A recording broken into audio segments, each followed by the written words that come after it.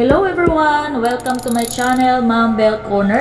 And in today's video, I'll show you how to use paper mode in Quizizz for an easy, fun, and technology-free quiz experience. What is a paper mode? Paper mode in Quizizz is a feature that allows teachers to conduct quizzes offline without requiring pupils to use devices. Instead of answering questions on their phones, tablets, or computers, pupils use printed cue cards which can later be scanned with your phone. So let's start. Go to the Quizizz homepage. Then select Login to access Quizizz using your email. Now you're inside Quizizz admin page.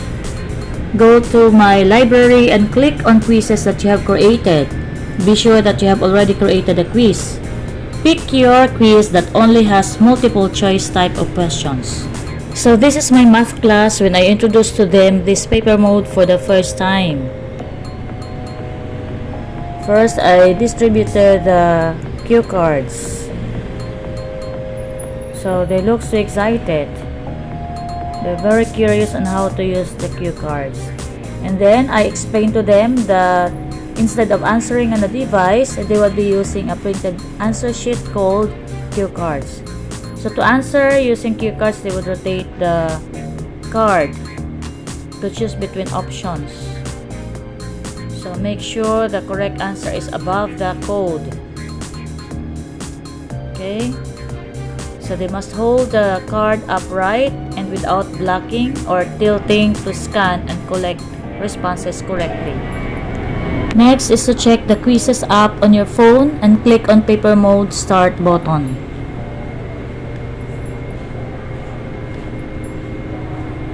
Start now and then joining. Okay, when logged in with the same email, the running quiz will appear on your phone's paper mode. After selecting the quiz and running quizzes, questions will appear as soon as you click on the quiz. Then you can read the questions aloud or just project them on the screen. As soon as the responses of the pupils are ready, you can now click Scan Responses to see the responses in your phone. It also indicates the number that has been scanned. Then click Submit to view participants' answers. The laptop screen will provide an overview as well. Okay, so then proceed to the second question by pressing the next question button. So after the pupils have chosen the responses, you can click Scan Responses again to scan the cue cards. And then to see the number of participants, press Submit again, and so on and so forth.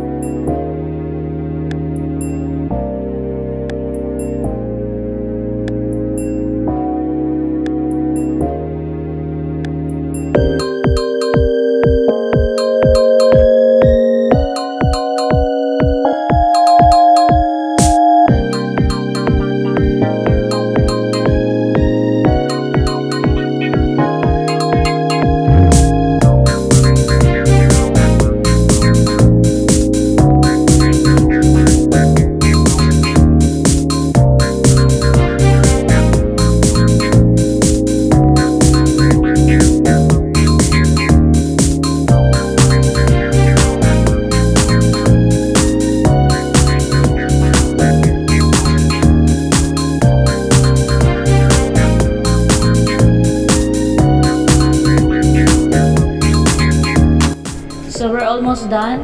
We're down to our last question.